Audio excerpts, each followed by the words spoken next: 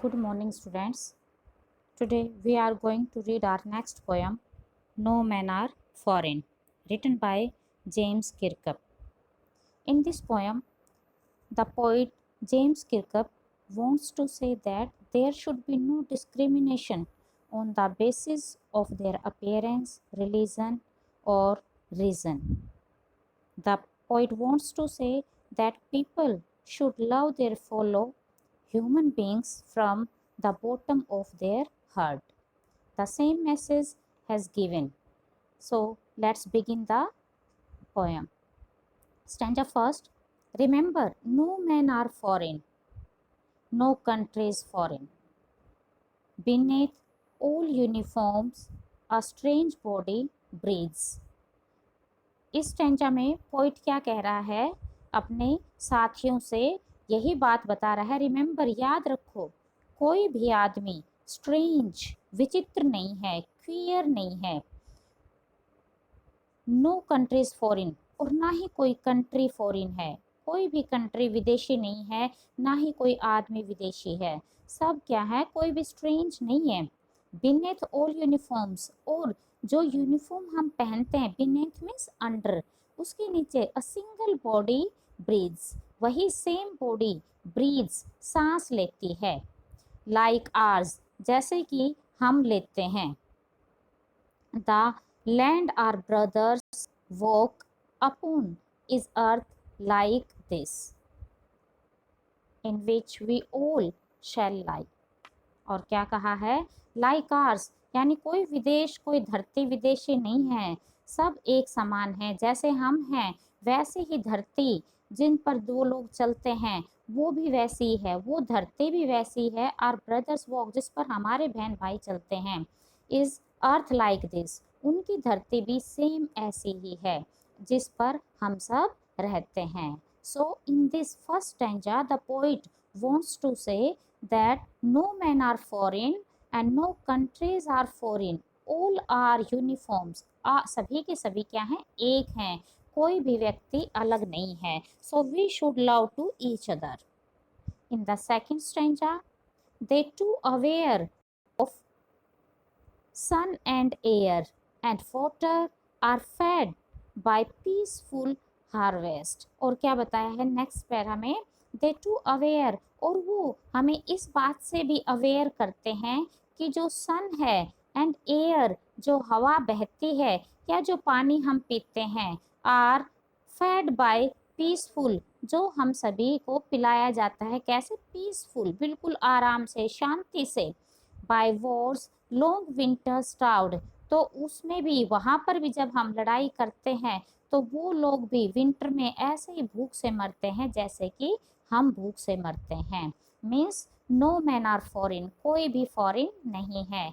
हमारे मन में क्या रहता है कि जो विदेशी हैं वो हमारे दुश्मन हैं। तो ये thinking, poet wants to say that we have to remove such type of elements, such type of unsocial elements, कि इस तरह की कोई भी बात नहीं है। जो पानी बहता है, जो हार्वेस्ट को तैयार करता है, या जो सूरज चमकता है, जो हवा चलती है, वो सब इतने ही पीसफुल हैं जितना हमारे यहाँ पर है।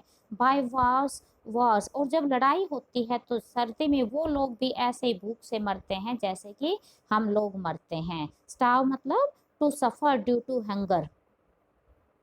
There hands are ours and in their lines we read. Their hands are, और उनके जो हाथ हैं वो भी क्या हैं, जैसे हमारे हाथ हैं वैसे ही उनके हाथ हैं। और जैसे हम किसी भी चीज़ के लिए मेहनत करते हैं, a labour no different from our own, और जो मेहनत है, लेबर मतलब टॉयल, हार्ड वर्क जो है, वो लोग भी ऐसा ही हार्ड वर्क करते हैं जैसे कि मेहनत हम करते हैं।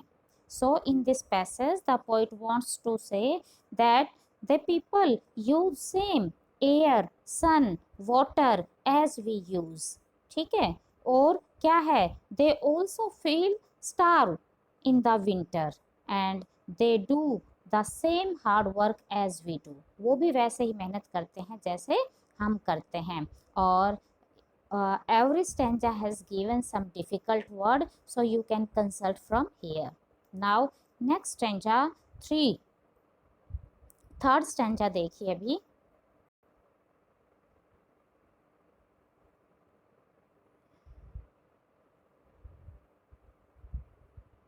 स्टैंजा 3 में क्या है? Remember, they have eyes like ours that wake a sleep and strength that we can won by love in every land is common life. और स्टैंजा थर्ड में भी उसने क्या बताया है? रिमेंबर, ये बात याद रखनी है क्या, कि उनकी जो आईज हैं वो भी कैसे हैं? लाइक आर्स, हमारे जैसी हैं. That we sleep and awake, जैसे हम सोते हैं और जगते हैं वैसे ही उनकी आंखें भी सोती और जगती हैं. They have the same power, उनके अंदर भी सेम वही पावर है. दैट कैन बी वन, जिसको जीता जा सकता है. किससे जीता जा सकता है? प्यार से, लव से. And can recognise and understand, और उसको ही कि in every land is common life, हमें यही समझाती है कि जो लैंड है उस पर हर किसी की जो लाइफ है वो क्या है? कॉमन लाइफ है. By love in every land is common life. और इसके बाद इसमें नेक्स्ट जो लाइन है हमारी वो क्या है? All can recognise and understand, और वो भी क्या कर सकते हैं? इस चीज को अंडरस्टैंड करते हैं और रिकॉग्नाइज करते हैं. Let's continue stanza 4.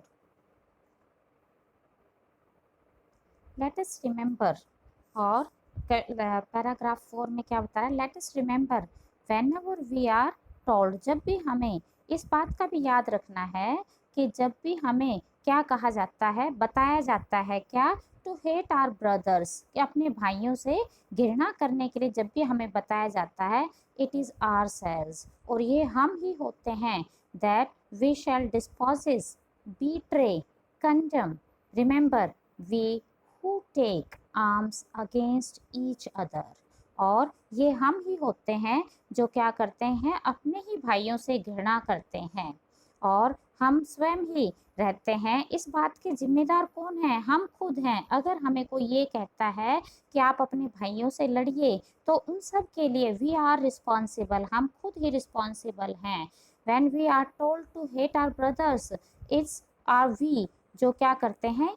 इन चीज़ों को फॉलो करते हैं. दैट वी शैल डिस्पोजेस, और ये क्या है? हम ही हैं जो इन चीज़ों के सभी में क्या करते हैं? डिस्पोजेस, डिस्पोजेस का मतलब क्या होता है? कोई भी अधिकार हमसे छीन लेना, इजेक्ट करना.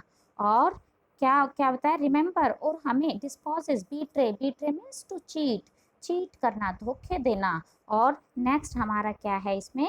कंडेम. कंडेम का मतलब क्या होता है? क्रिटिसाइज करना, किसी का भी क्या करना? निंदा करना.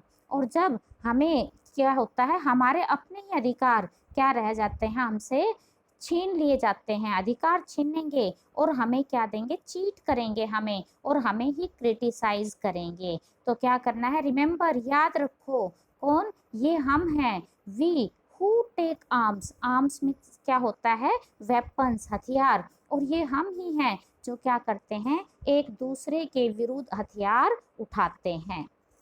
सो in this stanza the poet want to say कि हमें क्या याद रखना है कि जब भी हमें कोई ये कहता है टू हेट आवर ब्रदर्स, तो वो कोई दूसरा नहीं कहता है, बल्कि ये हम खुद हैं जो उनकी बातों में आकर अपने ही भाइयों से क्या करते हैं?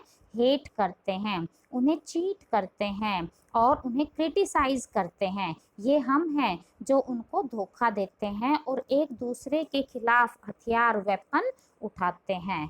तो हम इसमें किसी को ब्लेम नहीं कर सकते कि हमें कोई दूसरा ये सब करने के लिए मजबूर करता है. It's only we who repeats the mistakes, ये केवल हम हैं जो क्या करते हैं?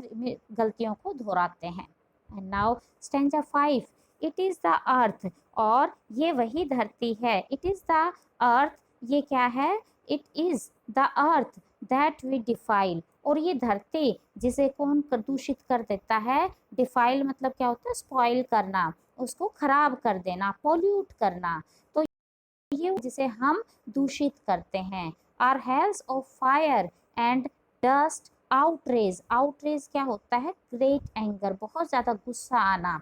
तो ये हम है क्या करते हैं, जब हमारे अंदर गुस्सा आता है, आग उठती है गुस्से की, तो वो जो हमारी आउटरेज जो घृणा है, द इनोसेंस, वो सब क्या हो जाती है, उस घृणा में हमारी इनोसेंस भी खत्म हो जाती है।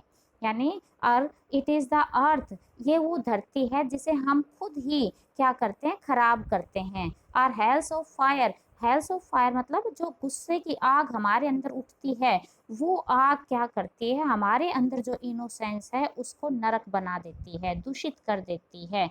उस नरक की जो हवा है, वो हमारे अंदर जितनी भी इनोसेंस है, जितनी पवित्रता है, उन सब को क्या करती है, खत्म कर देती है।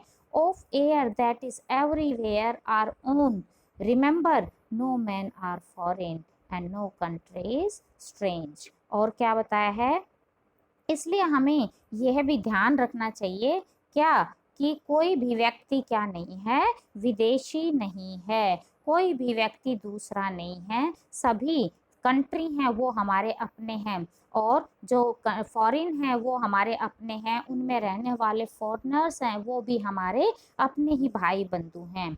और we should live with peace and harmony, हमें बिल्कुल शांति से और प्यार से रहना चाहिए।